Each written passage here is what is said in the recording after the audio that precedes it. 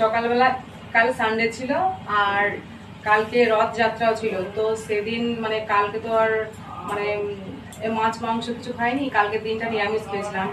তো আজ সকালে বরকে বলেছি মানে মাংস আনতে আর মানে কিছু সবজি বাজার আনতে।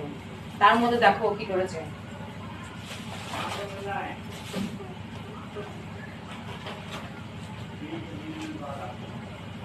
মানে তুমি ওকে যেটাই বলবা, যদি 3টে বাজার বলো তার মধ্যে একটা আসবে, দুটো আসবে না। তো আমি কিছু মানে সবজি আর মাংস বলেছিলাম, তো সেখানে এই যে শুধু মাংসটাই সঠিক এনেছে, শুধু মাংসটাই নিয়ে এসছে। আর এখানে শাক, এই যে ঝিঙে, আর কি এনেছে কাঁচা লঙ্কা, আদা, টমেটো, আলু, রসুন, ধনেপাতা, আর বাকি সব সবজি গায়েব।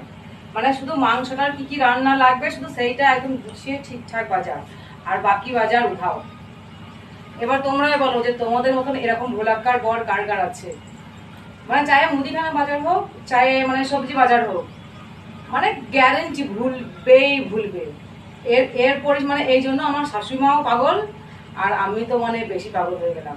মানে তুমি যেটাই বলো, যাই করো না কেন, মানে ভুল হবেই হবে।